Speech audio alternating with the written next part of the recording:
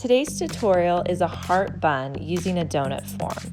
You want to use a large donut form. This one is actually the one that I use on my hair. The smaller ones for children aren't going to be big enough. So then you're going to pinch the side of your donut form and you're going to use an elastic, wrap it around twice to hold the side of it in place. Next, you're going to pinch another side to create that heart and wrap another elastic around. Once you have your elastics in place, you can go back and move them around to try to make your heart as even as possible. I'll put a link below where you can get all of the products that I'm using in this video, including my donut form. Next, you want to decide, do you want your hair in a ponytail or do you want it half up?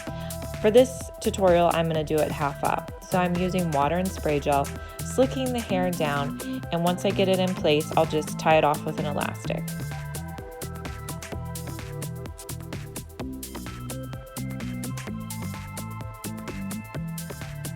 Next, you're going to put your heart bun in place. So you're just going to pull it through the center part. Then I like to brush it through, and then I do it like I would do any normal bun. I try to put the hair as evenly as possible around the top of the bun. Then I'm going to come in with a clear elastic and wrap it around my bun. Next, I'm going to pull the hair down. Now this next part is what really makes the heart form. So you want to gently tug at the edges of all of the hairs that are down at the bottom to pull your heart in place. The tighter they are, the more it's going to look like a heart, but there's just going to be some pieces that you can't get to look in place. So you're going to need to take some bobby pins and pull them down in place.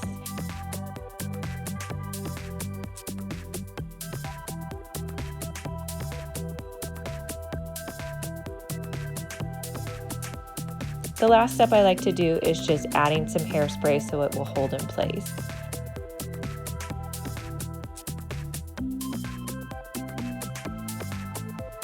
Please make sure to subscribe to our channel to see our latest tutorials. We post 3 hair tutorials a week.